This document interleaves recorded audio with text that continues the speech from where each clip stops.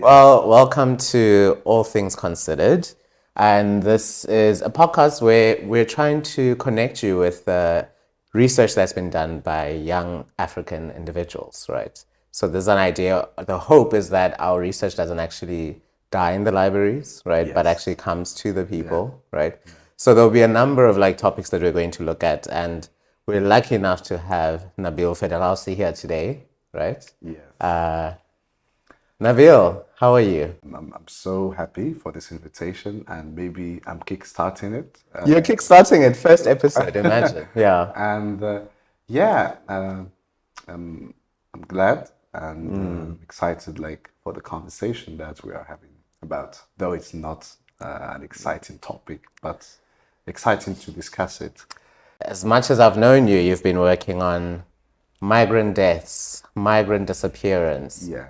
migrant lives, migrant journeys, Can you give us a little bit more of insight into your research? Maybe I just said a few things, but it'd be worth hearing. Yeah, my research, or rather my research journey, on working on migration in general.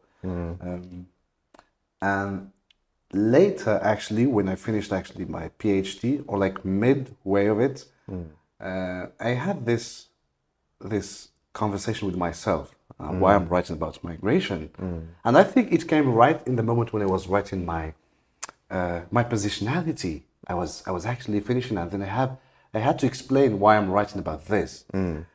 And in retrospection, I realized that actually I wrote my BA on migration and my MA on migration. And every time actually I try to veer from the topic, I just go back to it.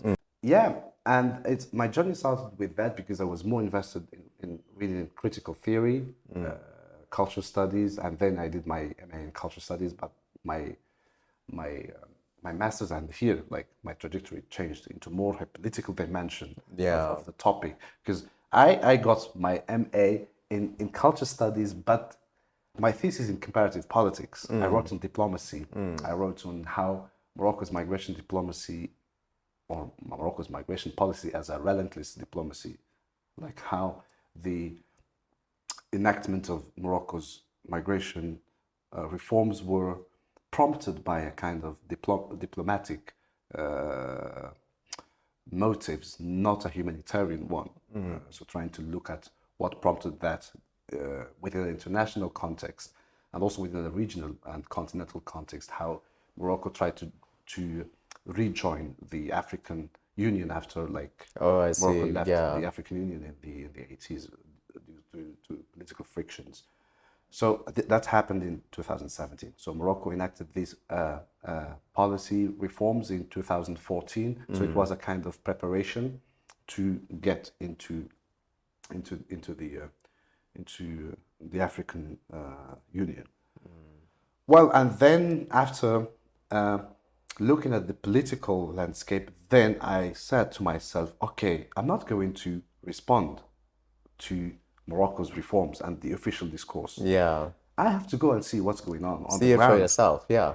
Yeah. And that's how my discipline training changed to anthropology. Then it's like being a storyteller, trying to see what's happening on the ground. Capturing the lives of the individuals. Yeah. Yes. Yeah.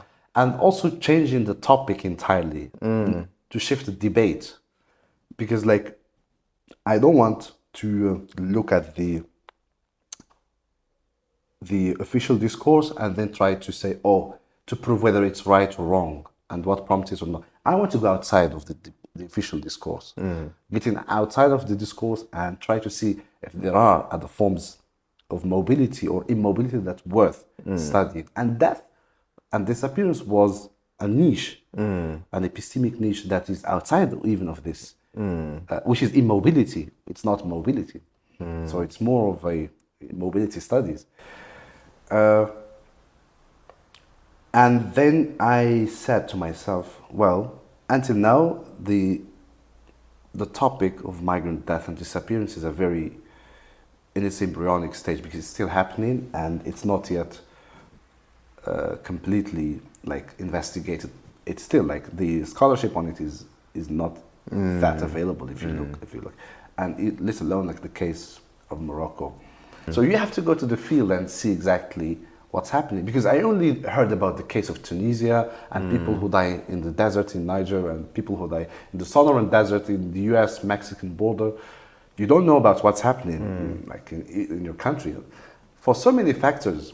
Media, of course, and because the official discourse, they don't want you to know, right? Yes. And I think there's something quite important about, being a researcher, being an anthropologist, who wants to be like, in a lot of ways, I want to go and find out for myself, So even though you might have not known, or you might have been unaware of the actual numbers and the actual kind of state of the crisis of migration in Morocco, right?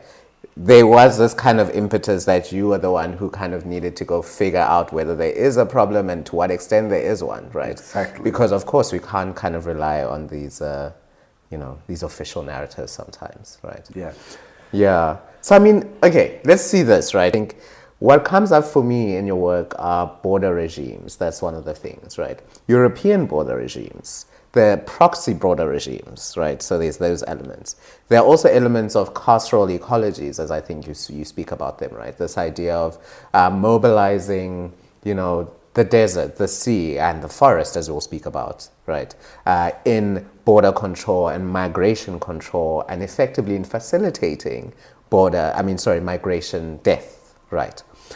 There's also the heaviness of the topic, which is really about migration deaths, doing the anthropology of migration deaths, doing the anthropology of migration disappearance, doing the anthropology of migrant afterlives, as you were saying, right? So, because you look at the families and what they go through when they're in search of their family member who's missing, right? Or who has died at sea or has died in the desert. So I think there's something worth kind of speaking to here, which has much more to do with you as the anthropologist going into the space, right? And what does this kind of work do to you as an anthropologist? How do you find yourself navigating these very difficult kind of spaces? Just before we get into the crux of the project itself. The title of my dissertation is Mafqudin, means missing. So when you go into the field, you don't find the missing. You just find people looking for the missing. So there is an absence. So there is, at the core of it, there is a methodological conundrum. How are you going to proceed with studying an absence? Yeah. So I find it difficult to study the disappeared, but disappeared is absent. But the central figure of my dissertation is the disappeared. But I only studied disappeared through the milieu of the disappeared. Yes, so the idea that you look at the people experiencing this disappearance of that particular individual, right? To really understand the disappearance itself of the person. Okay. Yeah. And it's very much because what happens is that you have families looking everywhere, but the disappeared is nowhere. They search every place, but that's what makes the disappear. And at the policy level, to trace the full circle of these anti-migration sentiments, we have the mantra of addressing the root causes of migration. Because these people, at the policy level, the EU, they're trying to put a full stop to migration. And they see that the root causes of migration are many.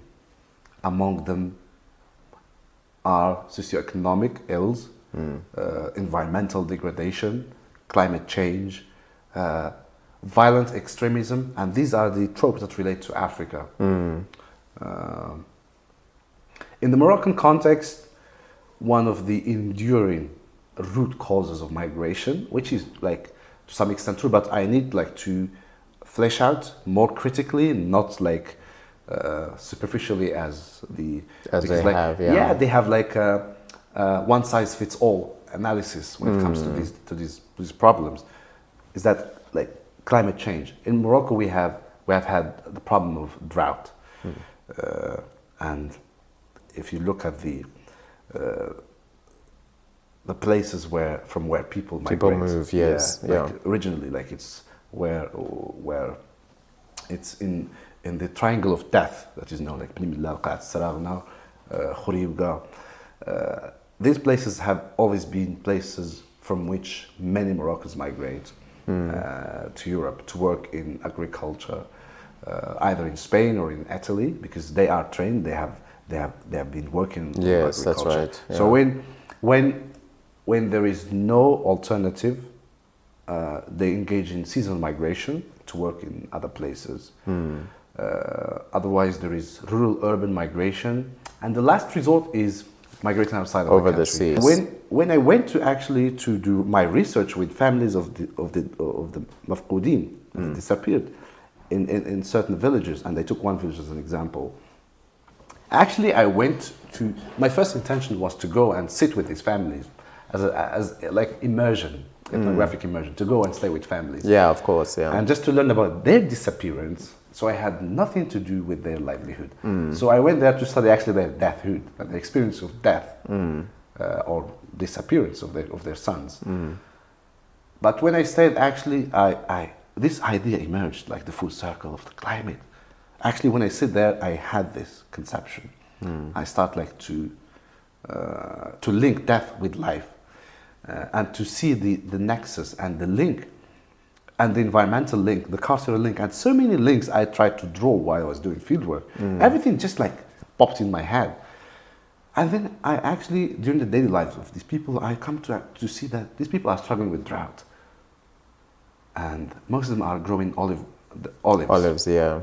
And I go with them when they irrigate their olives, and they struggle to irrigate because they had to drill the aquifer and like bring groundwater, and that's very expensive.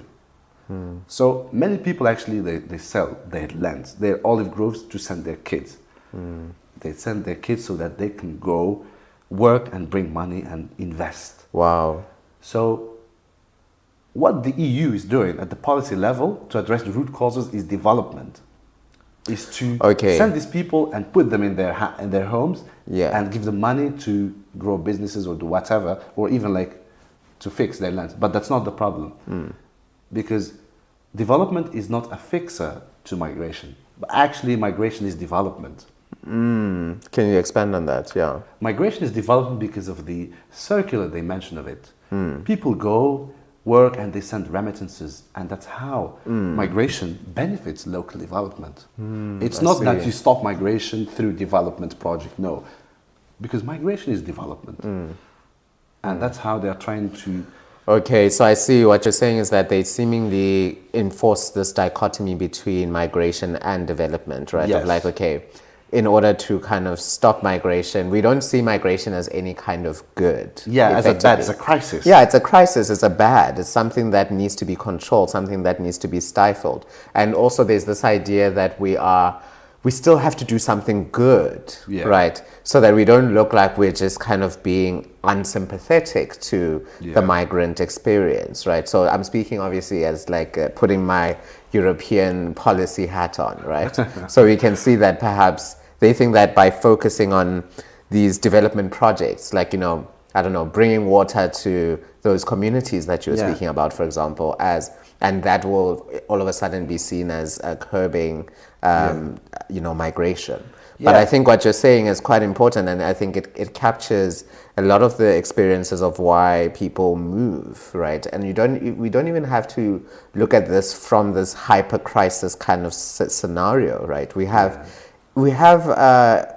professional migration all the time, right? People move, they go to, I know South Africans love going to the UK, for example, and working. And, there's a kind of sentiment, a human sentiment of wanting to bring about a better life for yourself and for your family, right? Exactly. So those kind of things should also, as I think you're rightly saying, they should be seen as good things. But there's something that happens, that comes awry when there's a certain type of individual involved. So I want to kind of focus quite a bit on the identities of these individuals who are migrants, because to me, the fact that these individuals are often impoverished individuals, often working class individuals, the ones that you would probably be studying, right, as the ones who cross they cross the ocean with the boats, or they stay in the forest, as we will discuss, or they cross by, these are often individuals who are desperate for a new life, right? Or are seeing that, okay, the only way for me to improve my life is to go elsewhere. So there's an element there that, like, the identity category of that individual as someone who is either working class, kind of predisposes them to a different type of migrant experience. As we were talking before the podcast, you said that there are safe channels of crossing, right? There's always a safe channel. There's always a quote unquote. There's always a safe channel. There's the airport. There's border control. The safest channel we is present. the visa. Yeah, the visa is there. But we'll right? come to this. Actually, we'll come good to that you brought this topic, and this will take us to the second half of the full circle of migration and that. Yeah. Actually, because the figure of the migrant is a politically charged word, very heavy with racial and classist and national. So many, like, everything is a mixed bag of all these bad things that you can imagine are in the label of the migrant. Because what we're talking about is the expat, the person who goes traveling. Yes, migrant versus expat. Yeah, this is the and migrant that difference. It's a racialized, classist, nationalized. Yes, it's a heavily charged concept, and it's mainly an undesirable person coming at the doorstep of Europe, trying to, as Foucault said, like the barbarians coming to invade the fences of Europe. So it's like this metaphor, like the barbarians standing at the doorstep of Europe, trying to. A lot of research says that many people actually who take dangerous routes have tried legal channels. They have applied honestly, for they have applied for a visa. And they got rejected. They've tried to go to the actual border port and, seek asylum, get through. All these experiences. They've tried everything. So, and I think there's something quite important that is, people need to pay quite careful attention to, which is, why would someone subject themselves to such a horrible journey if there was an alternative available to them? Right. Exactly.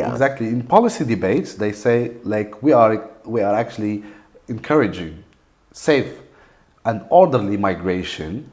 That's why we are trying to avoid this. But actually, in reality, we have something called the visa regime, not the border regime. We have the visa regime. Entire literature about how visas exhaust you, dehumanize you. And, whether scholars, with the migrants, everyone from the global south, which is an experience like that you have to struggle with this visa regimes.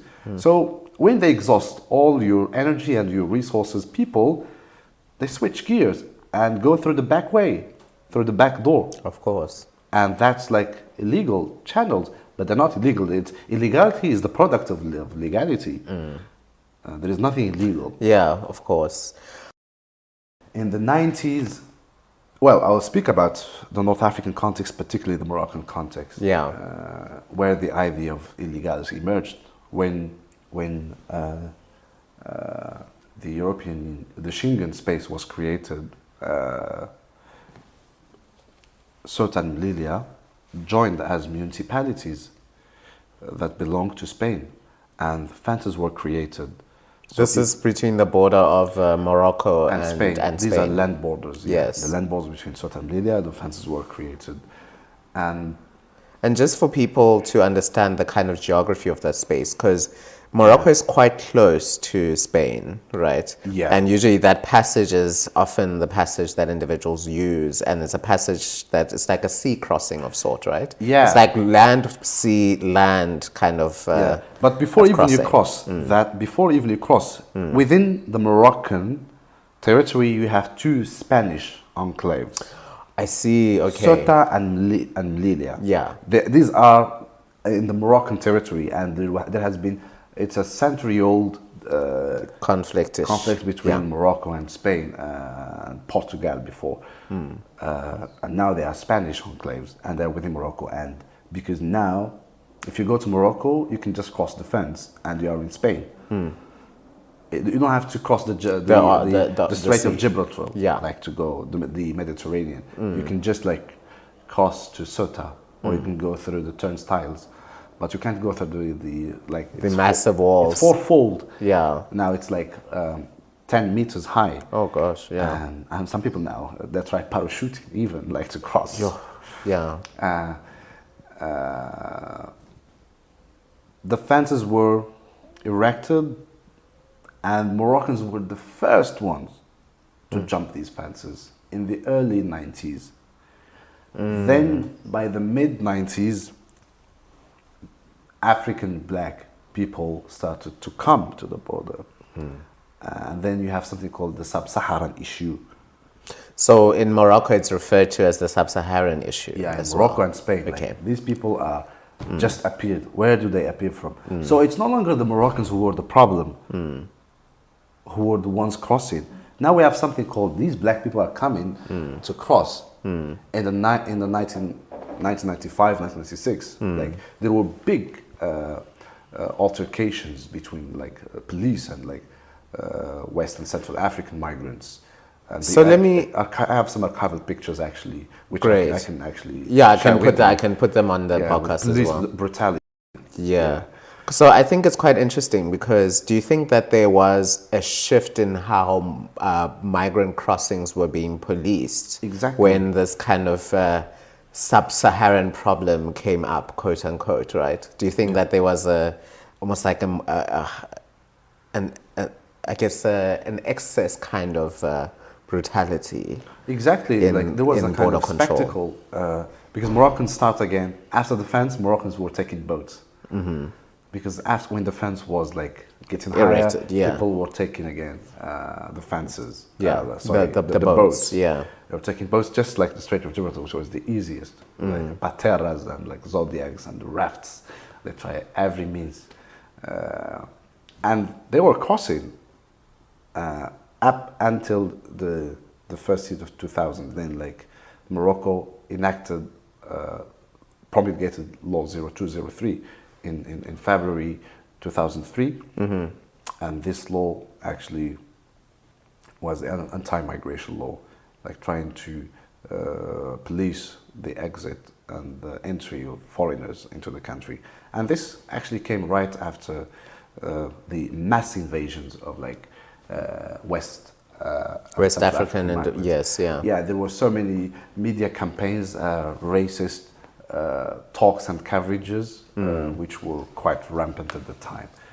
But also this coincided, there was a huge debate as to what prompted like Moroccan parliament to pass this law. Was it the 2003 May 16th bombing attack, because they thought like there were some Algerian or some foreigners? It's another debate. Or is it because of like the mass entry of black people coming to cross to Can you give us an insight into the sub-Saharan migrants' experience as they enter Morocco and then go into the forest, and why do they even end up in the forest? Yeah, thank you so much. The transition to the forest as a carceral geography is very much important because of its racialized politics. Like in Morocco, we have black and brown migrants, but typically it's black people who inhabit forests, not because of any kind of what like the Spanish humanitarian actually mentioned that West and Central African people are accustomed to live in forests, but because of the politics behind it in urban spaces that usually should be the places where people can stay in. But actually, when people cross into Morocco and they try to find places where they can stay, especially in the northern part of Morocco, because this is a very sensitive area. In the north, if you're a black person, it's very much difficult, like even to roam the cities or roam the streets during daylight. So what happens? People are banned from renting places in the cities and urban fringes, and what they do, they are banished to the forest. So the forest is a resort where they can hide from the sightings of border patrols of the fear to be expelled and deported. What they do, they furtively go fetch food from the villages nearby, bring water from the fountains, and go back to the forest and wait till the smuggler tells them to come, and then when the trip is organized. But sometimes it takes ages To be able to even that's why like the stay within forest is protracted from weeks to months, sometimes to years. So first of all, let's touch on the idea of the forest again, right? Just briefly, because the forest then kind of sits. It serves as the place of banishment, not necessarily a hideout as such. Because if the migrant could have it their way, right, they would be getting accommodations in the city amongst the individuals, having a warm bed to sleep in with a roof over their heads. Despite happiness. Yeah. She died because of the systematic banishment. Yeah. And it's unfortunate that, as you're pointing out, there's a banishment from the housing, because housing, as you were saying, is restricted, right, to individuals who are Moroccan, as you would say, or individuals who are not suspiciously individuals who are crossing borders. Yeah. There's also the element of who gets access to food. Now, that's why you have scavenging, probably being a mode of survival. Exactly. Right. So there's this element of like the forest is not so much a hideout, but much more a place of banishment. Yeah. Right. Yeah. Yeah, it can act as both, because sometimes it's a prison that you have to escape. Because as mentioned, like sometimes the stay in the forest becomes protracted because of the borders are shut and the smuggler cannot find a way like to take you. So you keep, and also sometimes you don't have money. You don't have money even to pay the smuggler, so you prefer just to stay in the forest and close to the border. And because sometimes, most of all, which is something that I have to stress, is that people who stay in the forest are trying a free entry by jumping the fence, not necessarily going with the smuggler through sea boats. They are there like until they gather and make a massive crossing by gathering like many people as much as possible so that they can like jump the fence. Because you cannot jump the fence by yourself. You need to be hundreds of people so that 200 will be captured, but at least 150 will make it. And those people go back to the forest until they're gathered, and then they make their tactic, and then come again, storm the fence. And it's like that. It's like a kind of like solidarity. So we go together, but I know that you will cross, but I know that I will be captured, but at least you will be crossed. So I'm going to distract the border patrols while they cross. And then they will catch me, they will deport me, but they will come back to the forest and stay. And it's like my time will come, even though I'm not successful this time, I'll go to the forest to regroup and then come back again. But politics around the forest and its militarization has changed a lot in the past 4 years. Now it's even impossible to enter the forest. And now it's really a carceral space that fence you out, not fence you in. Because the forest used to fence you in because you are banished from the city. But now you are banished from the city, but also the forest. Because let's speak about that banishment from the forest itself. Because remember now, we've been banished from the city that where the city where that forest is located. Now you've been banished into the forest. But now that banishment in and of itself seemingly plays the role of a containment strategy, right? Yeah. And a way of kind of, as we were speaking about, this notion of trying to round people up. Yeah. Right. In order to, I guess, this form of like militarizing the forest as a tool of rounding people up that you can now collect and take them away. Yeah. So yeah, one thing that I want to emphasize, because my aim is not like only to explain what's happening in the Moroccan forest lands as they relate to border control and how they have become co-opted into border control. I'm trying to conceptually ground it and bring the attention of scholars and the public to other forest lands that act in coalescence with border regimes, or sometimes they are harnessed and mobilized by border regimes. This is like the cultural dimension of it, but also like how many people like perish in these forest lands because they lose their ways in to find their ways out of the forest before even they reach the Sahara desert. The same thing applies to the Balkan routes, like you have vast forest lands with rivers. People lose their lives in these because of the cold. And sometimes people go during winter. If you go in winter, sometimes your travel is protracted and you are exposed to death, just as in the sea. And the same thing in the Calais jungle, in the French and the English Channel. People who cross, they have to stay at the Calais jungle before they cross the English Channel. So we actually have forest lands as geographies, enforcement geographies of containment in different parts of the world. So the case of Morocco or Tunisia, or even Algeria, because we have actually forest lands there. Yeah.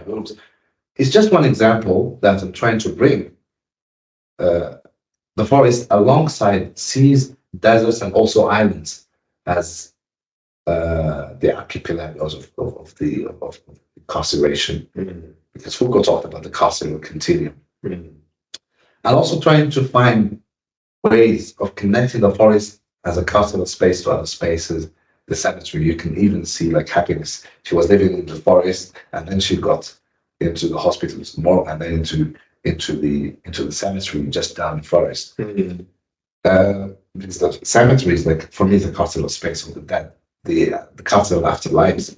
Like because when a person is not identified as a migrant, you are buried and locked in without identification. So it's like a carceral space for the dead. Just as a morgue, sometimes families come to search in morgues, but they're not allowed.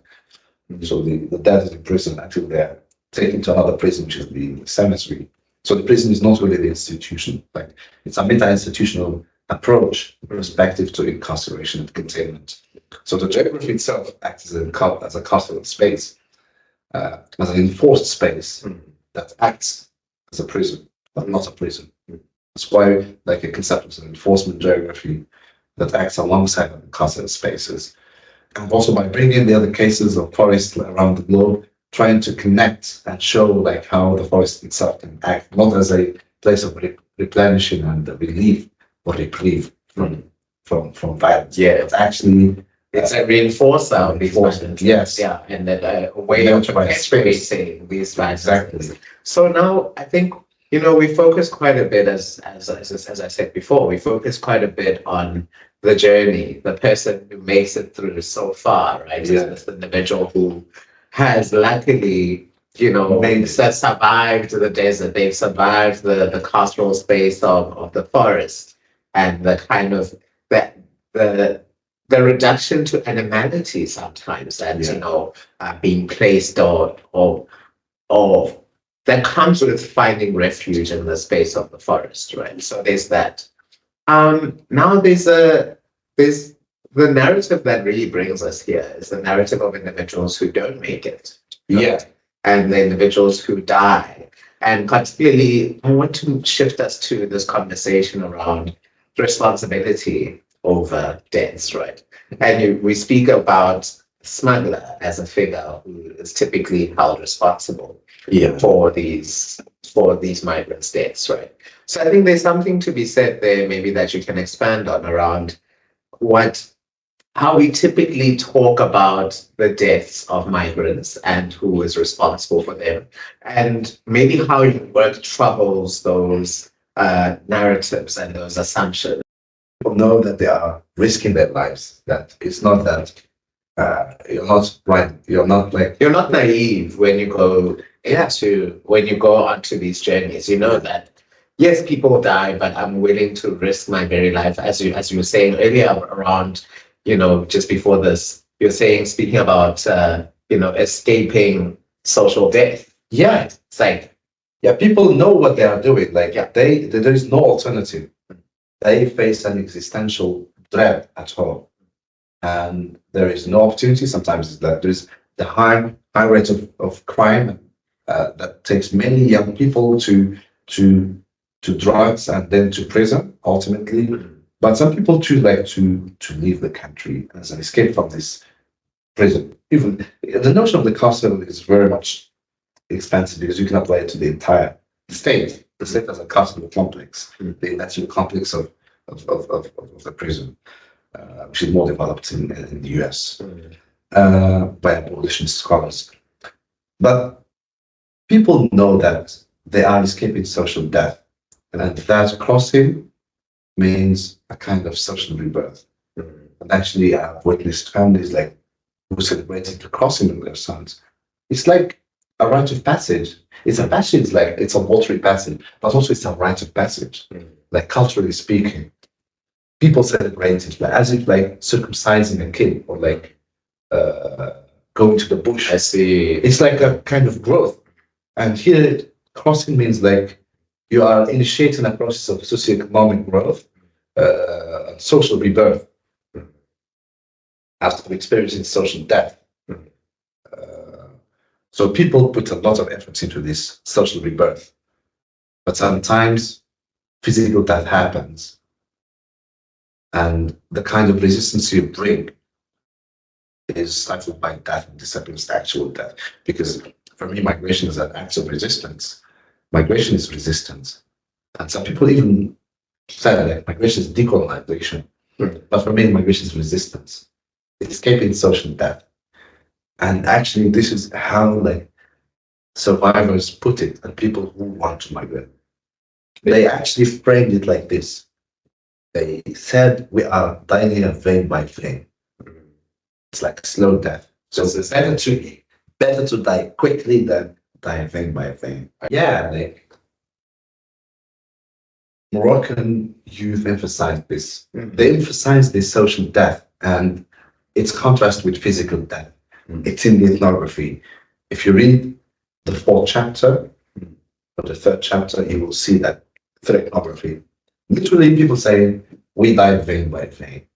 Better to die what one.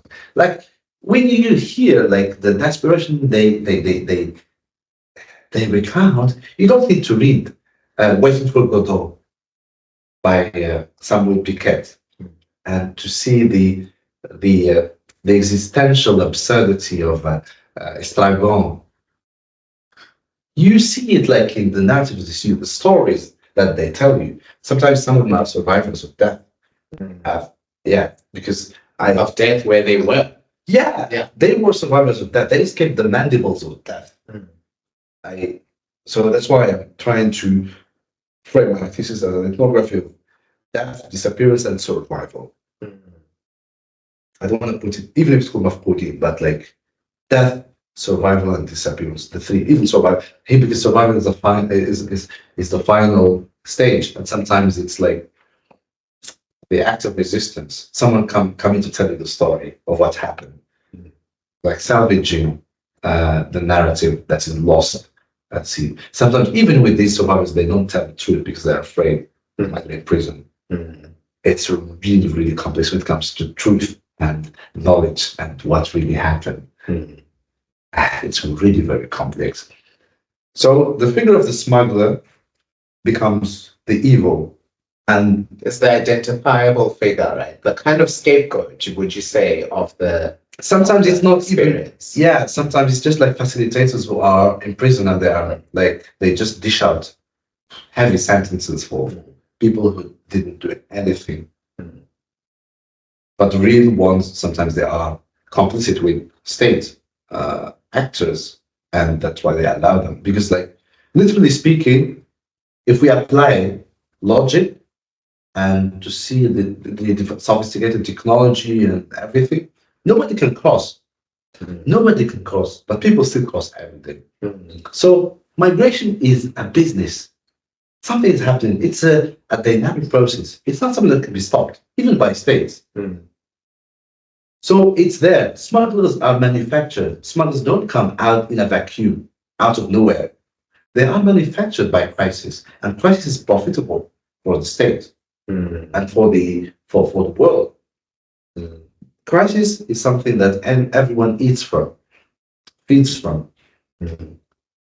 So the victim here, the real victim, yes, the migrant, but they are not victims. If you look at the love stories, they're not victims. They know what they are doing, but ultimately they become victims, of course, of like religion. But I feel like even their victimhood starts way before, Of course, the experience of, the crossing. It's like this, you're a victim of social death and you're responding to that victimhood by trying to, exactly. move to a better life. And Yeah. unfortunately, you become, collateral damage in this experience of borderization, right? Yes. This desire by the European border regime and the Moroccan border regime to make sure that you never get to where you want to go. Yeah. So I think there's quite an interesting dynamic of blame shifting that probably occurs. That and that's why I was saying earlier that from what I was seeing when I was reading some of your work is that the smuggler becomes this kind of container of blame, Yes. and but then especially from the governmental organizations and so forth. But then, as you said, that's contrasted with the idea that no, the smuggler is an everyday individual. This person lives in the community. This person, is part of the family. Yeah. This person is a hero to the family. They're seen as people who are in a lot of ways enabling, and this is the ordinary smuggler anyway. They're enabling this escape from social death. They are saviors from social death, and that's what's happened. Like in pre-departure, like smugglers are people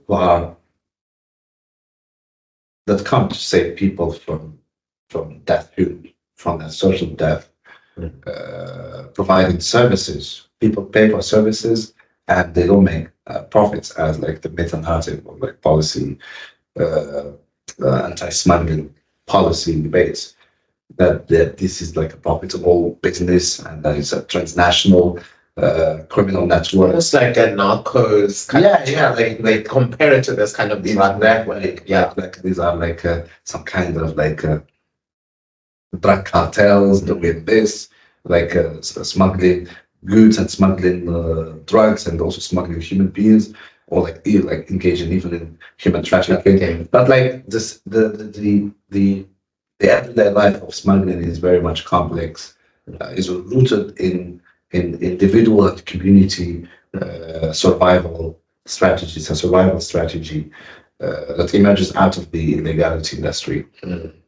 But the moral economy shifts once that happens, and everyone sees the smuggler with red eyes. That the smuggler is the evil person behind the death, and that they exploit the naivety of the individuals that who are hell bent on who are exposing themselves to death. But actually, people know that they are risking their lives. It's an adventure. Adventure is something. It's dangerous. Yeah, it's dangerous, and people are aware of it, of what comes with it. So the families go to courts, attend court sessions, search morgues in hopes that their son will appear, but actually they finally realize that everything's about the smuggler. Even their attendance or their appearance in court session is about validating that this is the smuggler. This is the smuggler. This is the problem. This is the cause of your problem. Yeah, this one who took our son. This one is the traitor. And even automatically families are co-opted into the security approach, and they start to blame the smuggler. And so there is a shift from the smuggler being the savior, is someone that you chase to give money to take your son, to becoming the murderer. You see the shift in the moral economy of the smuggler. And so I'm interested in the shift of the moral economy of the smuggler. Yeah, because I think there's that conversation, and there's also a conversation around the families themselves as kind of the final frontier of deterrence for these experiences. Because remember, when you're speaking about this visit, you write about visiting the courts, right? So you just talk about it now, where the focus is almost on always on the smuggler.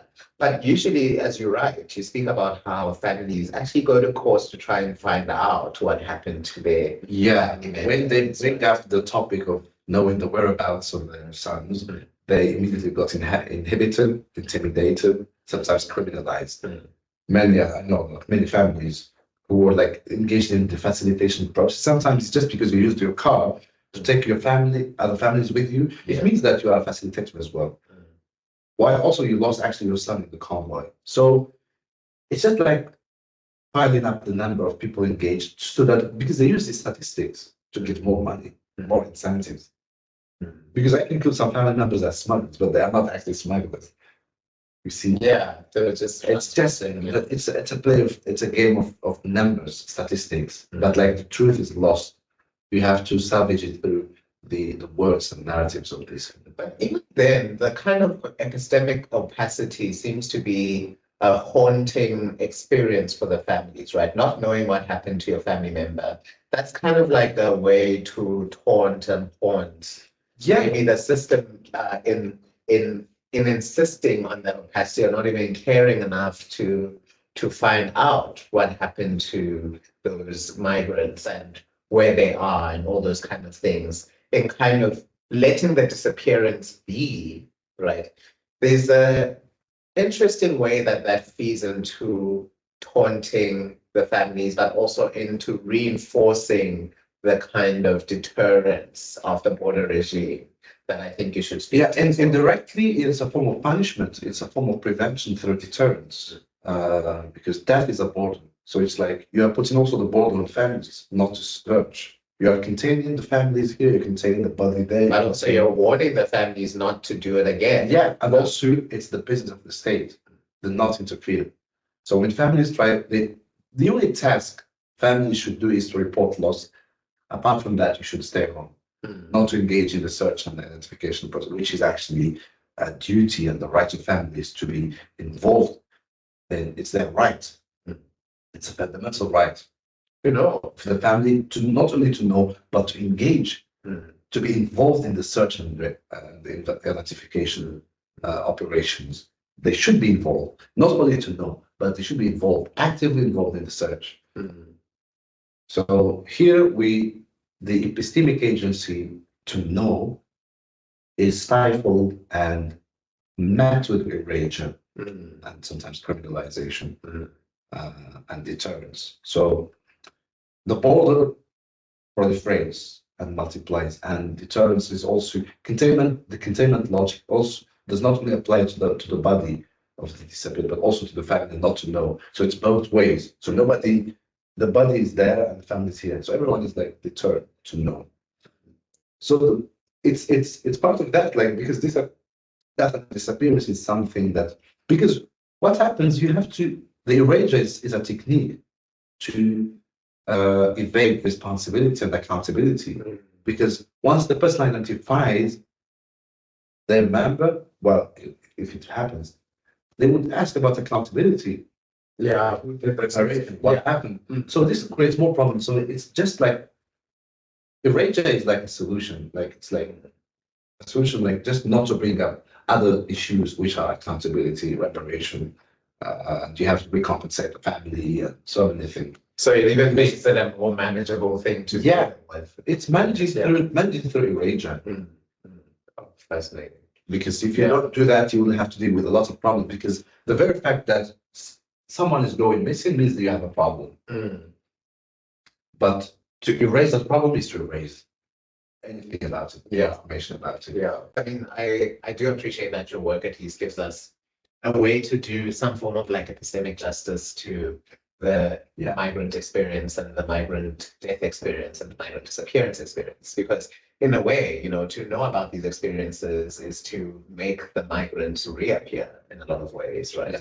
Because otherwise, I think a lot of things are hinging on us not knowing about the migrant experience, right? And the kind of the treacherous journeys that they go through, the kind of violence that they experience at the hands of the border regime, the kind of like containment strategies and the taunting that they experience, and the eventual death and the eventual haunting of the family. You know what I mean? All those kind of things. So I think it's quite important to see. I think rather your work demonstrates to us the importance of researching certain experiences and bringing them to light. Exactly. Unfortunately, the world right now, as we live in an anti-immigration world, Yeah. right? A lot of it is somewhat contingent on dehumanizing and looking away from the migrant experiences, like dehumanize the migrant, but also look away from the migrant. But also, as we were speaking about some other time, we're speaking about how we want the migrants' labor without the migrant. Yeah. There are all these kind of things that create the migrant as this mystical figure that we don't really pay much attention to as a human being who's going through experiences, as a human being who is also attached to a family, attached to a place, attached to, desires of wanting to escape social death and all these kind of things, right? Yeah. So I think it's quite important for us to be, I think, having this conversation today because it gives us a little bit more insight into the fact that after all, we are talking about people when we're talking about migrants, Yeah. and people with complex histories who are motivated by different things that also are ultimately just like you and I trying to live another day, Yeah. Yeah. Yeah, it's mostly about like seeking upward mobility. Like people like left their countries to go elsewhere, and I think mobility has always been there.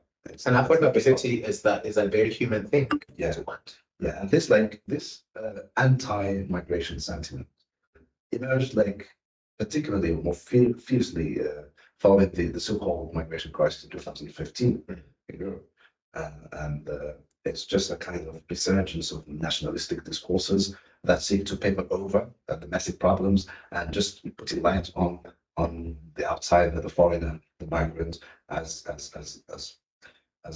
subject of invasion, demographic change, and as the object, as the excess, as people who come to take the jobs, but actually the jobs that they take, nobody wants them. So there's a lot happening, and a lot's being said about the figure of the migrant, but actually it's just the discourse of global mobility regimes. It's just one narrative, one structure, and they operate the same way towards the enactment of a global apartheid. They want to militarize the world and just actually the way they want. And because of they can see that like the world is changing. It's not the same. Europe is not the same. Like if you go to Europe, like it's not white, and it's not black, it's not brown, but it's like a potpourri. It's cosmopolitan. It's cosmopolitan, and it's just the natural course of cohabitating and living together. But like they want to deny that, but actually it's the post-colonial world order, and it's a form of haunting the colonial mindset. What's happening, the criminalization of Europe and the West, is a form of return of the suppressed and the oppressed coming back. So it's all of that. Like it's not something that comes in vacuum, but it's the continuum of the colonial reverberations that now come back. See, people they're at the doorstep of Europe to seek reparation and to seek like justice, because people are driven out of their country sometimes because of the extraction of like resources, like violent extremism, like funded and like financed by the West. People don't move just like that. It's like it's a mobility structure by political, environmental, and diplomatic states. So these people, they just want to live like a decent life. They're not looking to invade anyone. Honestly, yeah. Ultimately, they're just trying to live a human life. Yeah, they're not like some people who've come from a different planet. We are migrants. Everyone is a migrant. Yeah. And people who drive like the Uber Eats driver come to bring a pizza very hot to you to eat. These people are migrants and they have family waiting for them, and they send money back home, and they do the jobs that nobody else would do or nobody else wants. So, and this narrative is everywhere. Yeah, it's quite unfortunate. But I think we've had a very rich discussion today, and amidst technical difficulties too. Yes, hopefully. But hopefully everything is safe. But I think it was an important conversation, an important way to get us started. An important way, an important intervention, especially in this political movement, as we've just discussed, where I think we do require a bit more sympathy for migrants and for the migrant experience. And not even necessarily sympathy, but also Understanding. understand. We need to understand exactly. Understand. Not sympathy with nobody. They don't need sympathy there. Yeah. Because we're all migrants. Mm. We try to understand where they come from and where they stand. That's right.